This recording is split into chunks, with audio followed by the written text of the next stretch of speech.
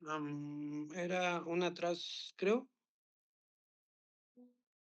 No, sí era la siguiente. Bueno, para también entender esta parte tenemos que regresarnos al cómo funciona la circulación fetal y pues lo más relevante de esta parte es que debemos de entender que una vez que se ve afectado por el intercambio, habíamos dicho por la contracción uterina, también vamos a tener que hay otros factores intrafeto que pueden afectarlo. Dentro de estos, pues vamos a encontrar lo que son los tres shunts o cortocircuitos del feto que van a ser relevantes porque si tenemos alguna alteración en estos, igual el proceso de oxigenación se va a ver afectado. El primero, y los vamos a mencionar de forma general, el primero va a ser el cortocircuito que encontramos a nivel del conducto venoso. El segundo va a ser el que encontramos a nivel del foramen oval y el tercero va a ser el que encontramos a nivel de la aorta descendente y la arteria, a ver, déjeme ver, aorta descendente y la vena descendente que llegan hacia la pulmonar.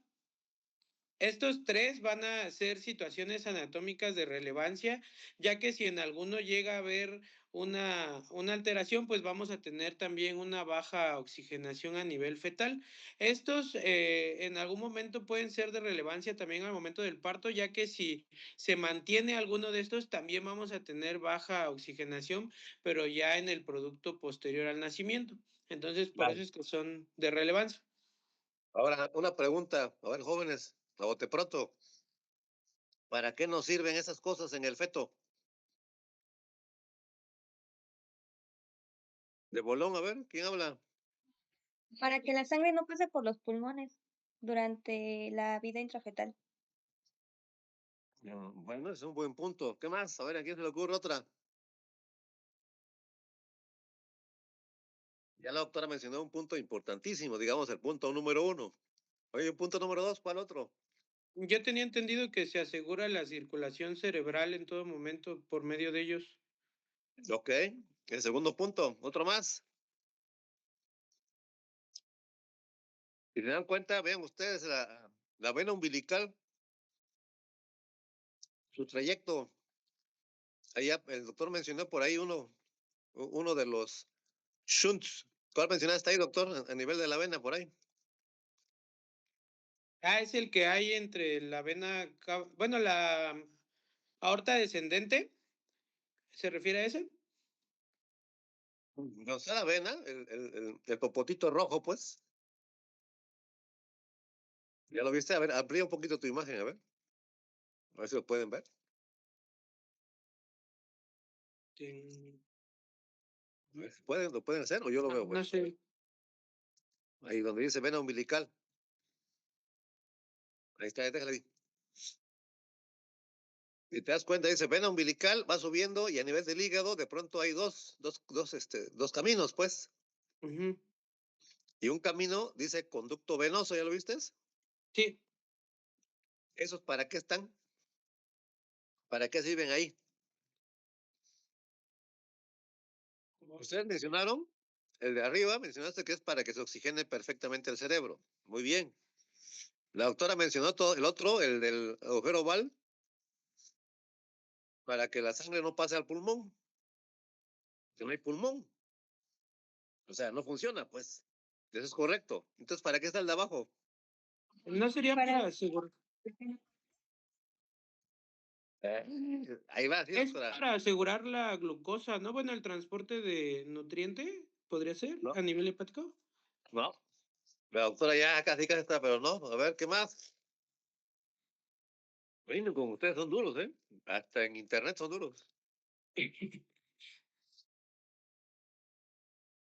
Fíjense bien, estos sistemas buscan como finalidad la mayor eficiencia oxigenativa, que el feto no desperdicie oxígeno.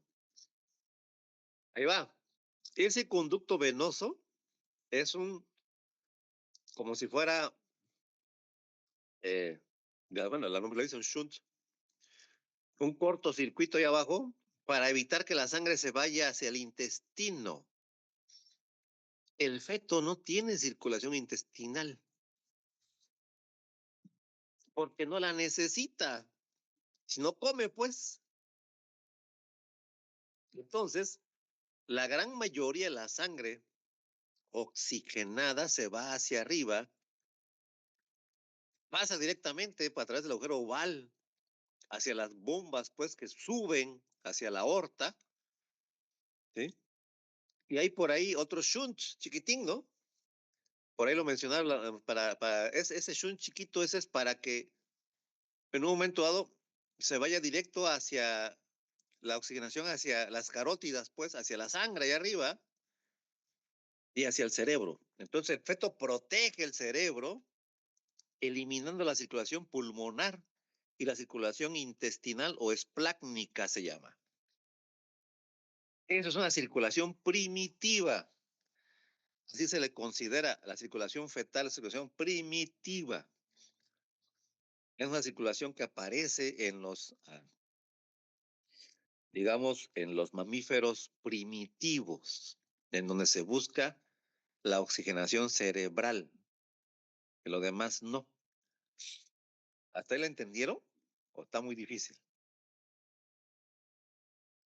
Entendimos, Doc.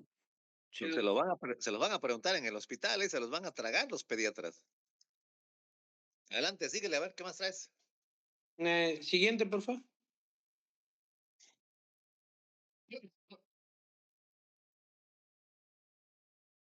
Bueno, también la bibliografía nos dice que es importante entender que va a haber zonas de alto nivel de oxígeno y de bajo nivel de oxígeno.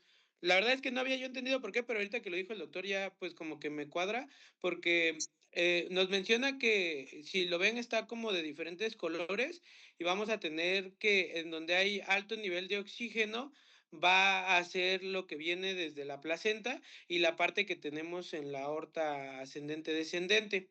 Después, moderado nivel de oxígeno va a ser el intercambio o el shunt que hay a nivel hepático. Y bajo nivel de oxígeno va a ser toda la circulación que regresa a la circulación placentaria. Y muy bajo nivel de oxígeno va a ser los intermedios que tenemos relevados por esos shunts o cortocircuitos. Entonces nos menciona que esto es importante porque también de esto depende la forma en la que se comporta al momento de tener una asfixia o de generar una patología metabólica, que sería una cetoacidosis. En base a estos gradientes de oxigenación es que se comporta también las zonas de afección. Claro. Y ahí les doy un ejemplo clásico. Si tenemos poca oxigenación en la zona esplácnica, de por sí, pues, o sea, que me está protegiendo el cerebro, imagínense ahora cuando tengamos un problema de asfixia. ¿Qué va a pasar? Pues obviamente el feto todavía se protege más y le da en la torre a toda la zona esplácnica. Entonces, ¿quién sufre? Los riñones. ¿Y qué hacen los riñones? Pues producen orina. ¿Y la orina en el feto qué hace? Pues produce líquido amniótico.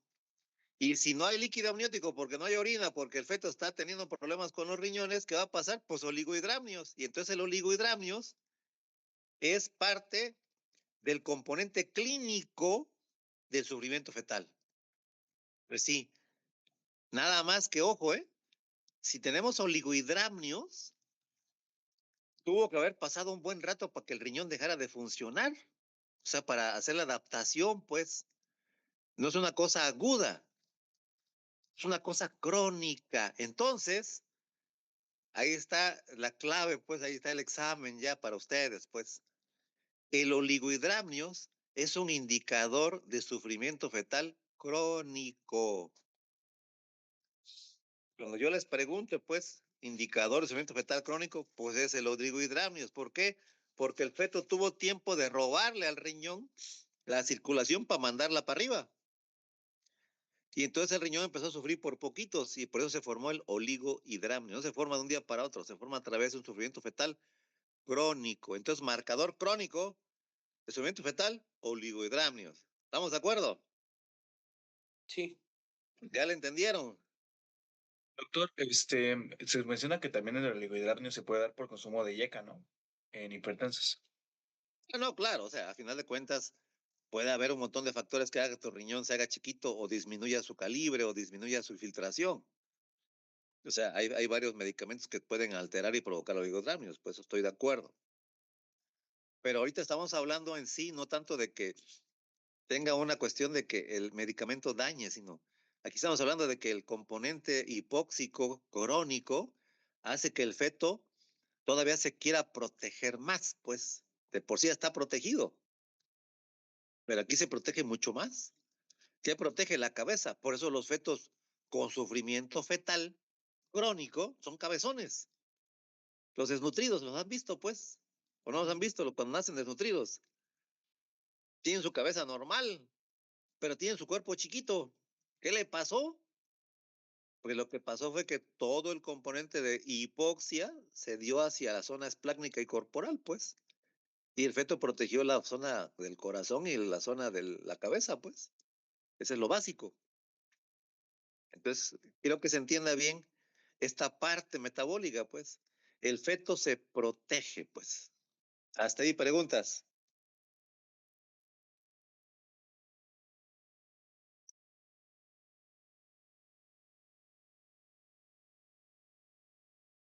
No, no hay preguntas. Adelante, médico. Doctor, todo bien. Sí, siguiente, por favor. Y bueno, para entenderla, no sé ahí está. Para entender la fisiopatología de esto, pues ya vimos los antecedentes anatómicos, los puntos de riesgo, o por así decirlo, los entrecruces de riesgo, pero también tenemos que entender la parte fisiológica del metabolismo del feto. Principalmente se va a buscar que el metabolismo sea aerobio a toda costa. Esto por la facilidad de ganancia energética y porque el transporte es más sencillo. Cuando este metabolismo aeróbico falla, se pasa a un metabolismo anaerobio, que el cual recordemos que el metabolismo anaerobio es menos eficaz y pues genera entre 3 y 4 ATPs de energía por ciclo y genera un residuo que principalmente va a ser el ácido láctico.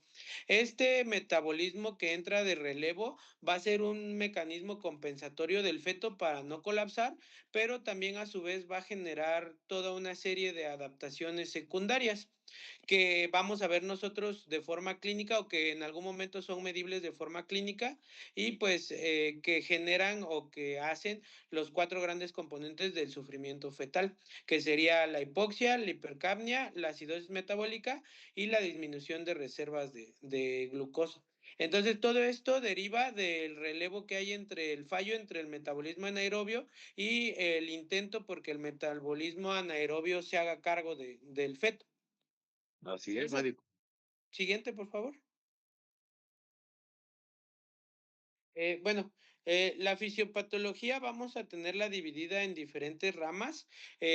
Vamos a ver que cuando existe una alteración en el intercambio materno-fetal, por ende, va a disminuir el aporte de oxígeno y esto va a generar los productos de desecho, que eran los que habíamos mencionado anteriormente. Estos productos de desecho más todo el proceso anaerobio va a generar la acumulación de CO2 a nivel capilar y esto va a desencadenar lo que es una acidosis respiratoria. Siguiente.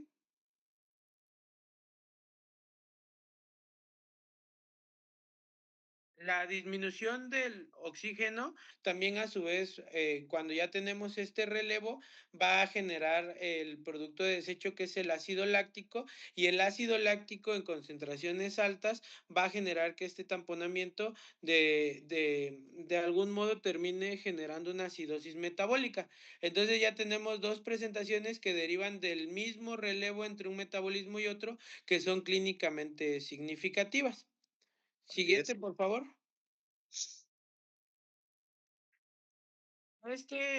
Una antes, por favor. Este cambio que hay entre un metabolismo y otro, de forma secundaria, genera una disminución del pH. Esta disminución del pH generalizado va a generar una alteración enzimática que deriva en un metabolismo no adecuado del potasio. Y esto a su vez, al momento de que el feto o el producto se está viendo sometido al estrés del parto, o entre este intercambio que hay entre el alumbramiento, va a generar una falla cardíaca secundaria. Esta falla cardíaca se puede predecir por lo mismo con el estudio del metabolismo del potasio. Entonces, todos estos son derivados, si se dan cuenta, del mismo intercambio. Pareciera que el intercambio metabólico que hay es algo simple que solamente tiene que ver con las reservas energéticas o de glucosa, pero deriva en muchas situaciones clínicas que van a ir detonándose de acuerdo al tiempo que tengan que estar estos mecanismos activos, ya que entre mayor sea el tiempo de severidad, pues mayor va a ser la presentación a nivel clínico, ¿no? Que sería la falla cardíaca como los últimos indicadores de que todo esto estuvo ocurriendo a nivel metabólico. Claro. Al final de cuentas, ahí podemos ya concluir que la falla cardíaca, pues, le da óbito, ¿no? O sea, Ujú. pues sí, y todo Siguiente, tiene por que favor. ver con una hipoxia, ¿no? Se empezó con la hipoxia y después de la hipoxia, pues el chamaco tuvo que echar a andar sus mecanismos de compensación, la cosa anaeróbica, libera ácido láctico, baja el pH, acumula ácido láctico, cae en acidosis por el ácido láctico, baja el pH y entonces se alteran las enzimas cardíacas y se muere el nene, ¿no? Así de fácil. Sí, y esta cascada patológica nos va a dar 3 situaciones en las que podemos encontrar al producto. Siguiente, Claro. por favor. La primera situación en la que podemos encontrar al producto se va a considerar hipoxemia. Esta pues va a caracterizarse por una disminución del contenido de oxígeno, una disminución de la saturación de oxígeno. Vamos a ver que a nivel orgánico no presenta daños directos a órganos, todavía se encuentran a nivel funcional, pero ya tenemos daño a células, que va a ser el inicio de la presentación clínica. Este daño a células es importante porque hay veces en las que no es necesario que el órgano sea inviable para que ya haya una situación clínica.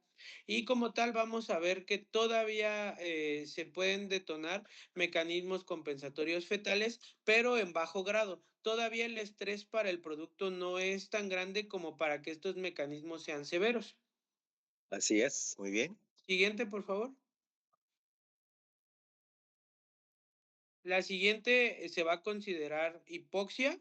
Esta va a tener una disminución aún mayor del O2. Vamos a tener que ya hay una afección periférica de la saturación de oxígeno. Vamos a ver que ya hay una alteración en el balance energético. Aquí los metabolismos ya hicieron su función de suplirlo, pero esto va a desencadenar que los mecanismos compensatorios que mencionamos en la cascada anterior ya sean severos. Ya aquí la situación clínica del producto es de alto riesgo y de mal pronóstico. Así es. Siguiente, por favor. Y pues la última situación, que sería ya la más severa, va a ser la asfixia. En la asfixia, la disminución del contenido de oxígeno es casi total o parcialmente total. Vamos a tener que ya hay una alteración de órganos centrales, ya hay una afección a órgano blanco severa e irreversible.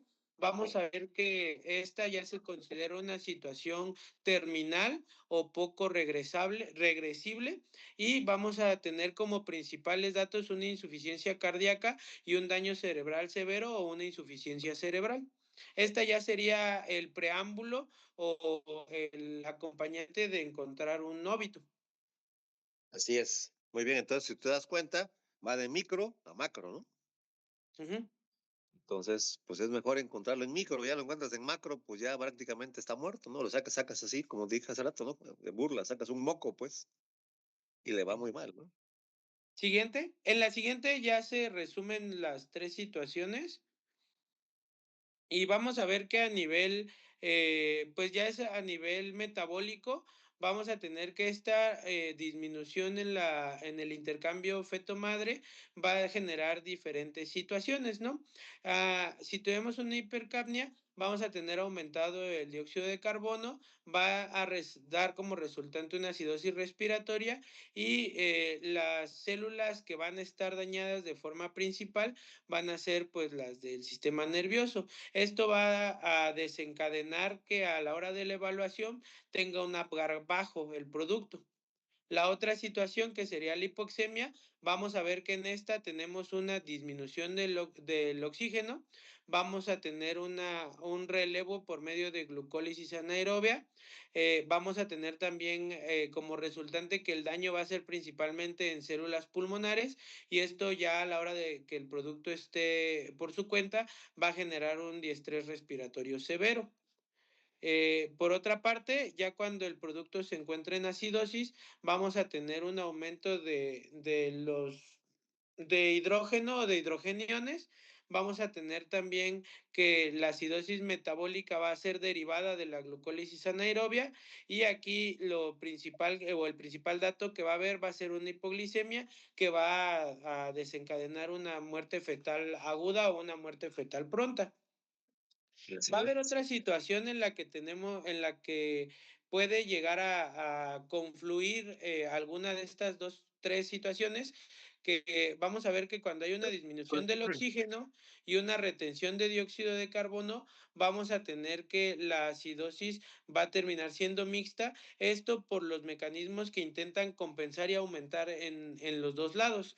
Estas situaciones también van a ser graves ya que el feto no va a soportar estar en este intercambio y que los mecanismos compensatorios, al tener que compensar dos lados del metabolismo, pues van a ser más cortos, llevando a una muerte fetal más pronta que en los casos anteriores, que solamente es una situación el problema. Ok, ok. Siguiente, por favor.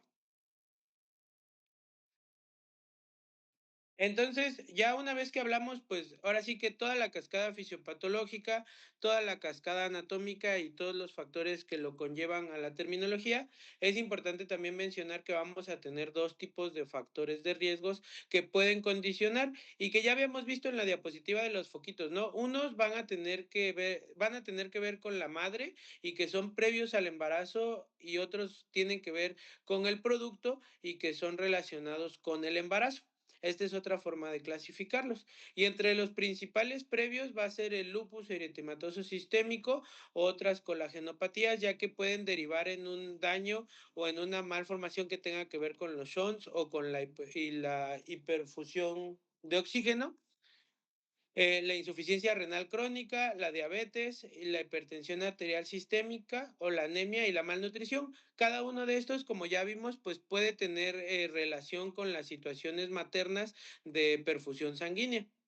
Y las relacionadas con el embarazo, pues van a ser la hipertensión inducida por el embarazo, que ya lo vimos, ¿no? Lo que tenga que ver con preeclampsia, eclampsia, hipertensión gestacional, restricciones en el crecimiento intrauterino, la aloinmunización o la enfermedad hemolítica fetal, alteraciones en el líquido amniótico por las restricciones que pudieran llegar a generarle al feto, embarazos postérmino por la situación también de la cuestión de la oxigenación, patología de gemelos, esto por el secuestro de algún factor que tenga que ver con la perfusión sanguínea y antecedentes de óbito por causas desconocidas, ya que esto nos hace sospechar de que hubo criterios que no se tomaron en cuenta o que la madre tiene criterios o factores de riesgo no identificados y la hipomotilidad corroborada, que esto pues ya nos habla también de un daño a nivel central.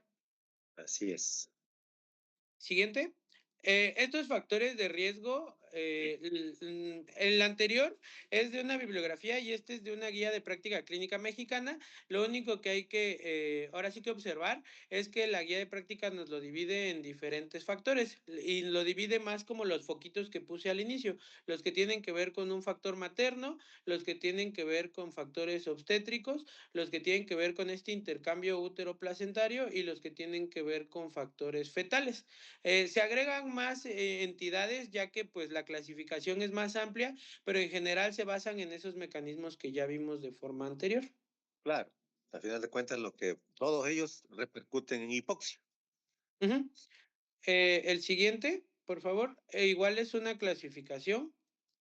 Esta lo encontré en un artículo que hablaba todavía de sufrimiento fetal agudo y lo puse porque es importante destacar que a pesar de que las clasificaciones varían o involucran o no involucran algunas entidades, lo puse por la parte de causas. Si se dan cuenta, en la causa materna nos viene que los predisponentes pueden ser hipotensión, hipovolemia, todas las entidades que tengan que ver con esto, bajo aporte de oxígeno, enfermedad vascular y vasoconstricción arterial uterina. Entonces, aquí las causas nos las explica un poco más genérico, pero eso nos ayuda a poder englobar patologías que tengan que ver con esto y ya eso nos da un panorama de que pudiera llevarse a cabo un factor de riesgo derivado de eso, ¿no? En las placentarias, hipertonía uterina, funiculares, compresión, excedencia, vasoconstricción, vena arteria, y en las fetales, anemias y arritmias. Entonces, lo divide diferente, pero a final de cuentas las causas, todo tiene que ver con la diapositiva de los foquitos. Así Siguiente, es. por favor. Mm. Y bueno, para la clasificación encontré esta diapositiva, no encontré como tal un cuadro en la bibliografía, pero sí varios artículos y varias presentaciones que estuve buscando nos lo dividían como mencionaba el doctor. Primero lo dividen por dos criterios, por aparición o por origen. Por origen es lo que actualmente se ocupa más porque tiene más relación con la definición que ya vimos, pero por su aparición es importante entender que existen porque a final de cuentas la aparición tiene relación con el estado fisiopatológico y el momento en el que encontramos al producto. Y pues vamos a encontrar por su aparición aguda o crónico. Hay algunas bibliografías que agregan crónica agudizada, que tiene que ver también con estados ya diagnosticados o ya identificados que se agudizan al momento del parto o previo al parto. Y la aguda se va a dividir en primaria y secundaria. Y ya por su origen, pues vamos a tener los mismos que hemos mencionado, materno, placentario, funicular, fetal o mixto. Que por lo regular menciona la bibliografía que va a ser difícil englobar un estado de sufrimiento fetal en uno solo y que la mayoría tiene que ver con una interacción de todos estos factores. Así es. Muy bien. Está muy bonita esa diapositiva. Siguiente. Y bueno, ya nos menciona que para poder identificar esta entidad vamos a tener dos momentos cruciales, anteparto y intraparto, ¿no? Entonces, para cada uno de estos vamos a tener diferentes ayudas diagnósticas que a final de cuentas son muy parecidas, pero que tienen su momento. Siguiente, por favor. ¿Cómo andamos en el tiempo, jóvenes? ¿Todo bien? Quedan 10 minutos, Doc. ¿Cuántos? 10. Ah, bueno, todavía síguele a ver, compañero. ¿Te falta mucho? No, ya creo que faltan como 5 diapos o De hecho, 4. adelante, adelante. Las pruebas antes del parto, pues va a ser la cardiotocografía, el perfil biofísico y la flujometría Doppler. Y las pruebas intraparto, nada más vamos a contar con registro tococardiográfico intraparto. Bueno, Entonces, párale, ahí te va, fíjense bien. sí, Hoy por hoy, las pruebas anteparto ya las hemos explicado, ¿se acuerdan? Ya vimos que la tocografía, vimos perfil físico, la flujometría Doppler. Todo eso lo hemos visto, hemos tocado estos puntos poco a poco en otros temas, ¿verdad? ¿Se acuerdan de eso? sí. Bueno, en las pruebas intraparto, lo único que queda hoy es el registro. Yo les decía que se llama PTO, ¿se acuerdan de eso? Que es la prueba con la oxitocina, ¿se acuerdan, no? El trabajo de parto con oxitocina. Se dejó de usar ya una prueba que se usaba, ustedes la van a escuchar alguna vez, que consistía en tomar, se agarraba una especie como de sacacorcho.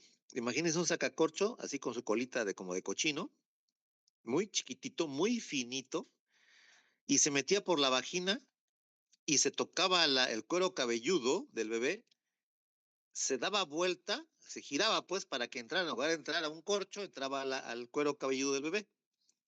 Y por ahí se tomaba una muestra de sangre del bebé. ¿Para qué? Para checar el pH. Con el pH sabemos si hay acidosis o no. Entonces, una manera invasiva era colocar ese como catéter, que su nombre era catéter de cola de cochino, así se llamaba, pues. A mí me tocó verlo, pues, usar.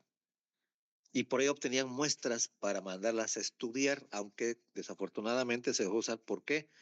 Porque podías lastimar al feto. Si te pasabas, lastimabas el coquito, pues, o formabas hematomas. Entonces se dejó de usar, pero era un método intraparto que ya no aparece en los libros. Para que, si algún día ustedes se enteran, también existió. Hoy por hoy el registro coreográfico intraparto es el que nos sirve porque acuérdense que relaciona la actividad uterina con los descensos. Acuérdense de eso, lo que le llaman DIPS. ¿Se acuerdan que vimos los DIPS? Y luego vimos el DIPS tipo 1, el tipo 2, el variable, ¿se acuerdan todos? Y vimos los ejemplos. Eso es el registro tocarográfico intraparto. Adelante, médico. Sí, siguiente, por favor. Y bueno, en el primero que estos son los intraparto, que es de donde, pues ya hemos visto, ¿no? Nada más mencionar que para poder valorarlos, pues vamos a tener los criterios de reactividad y ya hemos hablado de ellos en anteriores clases. Nada más que sí me pareció importante que la bibliografía que tiene que ver con descarte legal, por así decirlo, nos obliga a mencionar todos estos puntos para que la valoración sea adecuada, óptima y que nos sirva para un criterio de decisión. Así Entonces, el es. primero va a ser la frecuencia cardíaca normal, el tipo de variabilidad que debe ser 1, 2, ascensos menores, al menos 2 en 10 minutos, en 15 latidos de amplitud y 15 segundos de duración, movimientos fetales presentes y actividad uterina ausente o contracciones aisladas. Claro. Siguiente, por favor. Eso ya lo vimos también, ¿no? Ya vimos el ejercicio físico que era meterle el ultrasonido al tococardiógrafo, o sea que la cardiotocografía, en lugar de valer 100 puntos, se bajaba a un 20%. ¿Por qué? Porque metíamos criterios ultrasonográficos como movimientos respiratorios, movimientos del cuerpo, líquido amniótico, bla, bla, bla. Acuérdense que ahí está el líquido amniótico y lo mencionamos como un marcador crónico. Marcador agudo, frecuencia cardíaca. Entonces vean ustedes cómo ya tenemos ahí una división. Si yo pregunto en el examen, un marcador agudo es la frecuencia cardíaca fetal. Si yo pregunto un marcador crónico, es el líquido amniótico. Adelante, médico. Sí, lo que también menciona que es importante nada más de acá es que pues cada variable va a tener un valor de 0 a 2 y da un total de 10 como máximo y que es importante reportar este puntaje ya que para fines legales pues es relevante. Así es. Sí, Siguiente, ¿no? por favor. Y bueno, la flujometría Doppler nos habla de que se va a usar en casos de sospecha de restricción del crecimiento uterino y se va a utilizar para establecer un diagnóstico correcto y clasificar al feto y darle seguimiento. Los vasos que se evalúan, dependiendo del caso, pueden ser arterias umbilical, arteria cerebral media, ductus venoso, vena umbilical, incluyendo el cálculo del índice cerebroplacentario. Y lo agregué porque si se dan cuenta son todas las partes importantes o zonas anatómicas de relevancia que tienen relación con la fisiopatología del padecimiento. Y en el caso de la madre, pues se van a medir las arterias uterinas. Así es. Siguiente, por favor. Y pues ya como último, la mayoría de la bibliografía nos dice que no existe un consenso o un algoritmo único para toma de decisiones y que cuando encontramos un caso tenemos que entender la fisiopatología para poder dar un diagnóstico certero y usar el término de pérdida de bienestar fetal de forma adecuada, ya que como los otros términos que mencionamos anteriormente, llega a haber un sobreuso de estos. Y las recomendaciones que se dan son en base a criterios de asociaciones, pero nos dice la bibliografía que para poder aplicarlos debemos de tener en cuenta los criterios de nuestra población, o sea, la prevalencia de casos en nuestra población específica y el caso puntualmente, ya que esto va a variar de un país a otro. Entonces, muy probablemente, pues una guía que tenga población europea, por ejemplo, no nos sirva o viceversa, ¿no? Que no le sirva a un médico europeo una guía mexicana. Entonces hay que tomar en cuenta la población de donde estamos, los casos de relevancia en donde estamos y el cómo se comporta el caso para el tratamiento. Así es, a final de Y cuentas, lo pues que se eso quiere es sería que todo. agradezco, médico. ¿Podemos vernos todos, por favor?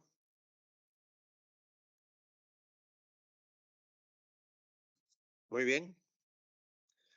Bueno, a final de cuentas, el tratamiento sería interrupción si es que encontramos algún dato importante de severidad de hipoxia, porque sabemos las consecuencias que nos puede dar, sobre todo cerebrales, ¿sí? Y pues obviamente no queremos tener un producto con alguna alteración que termine en el teletón, ¿verdad? Por eso, cuando uno encuentra estas cosas, lo mejor es interrumpir, porque se le puede ofrecer mejor circulación al feto afuera que dentro. Bueno, agradezco, jóvenes. Y entonces nos vemos mañana. ¿Qué les parece? A la hora de la comida, digo a las 2, ¿no? Por ahí. 2. Algo vayan llegando, pues. Sí, todas las dos. Salón.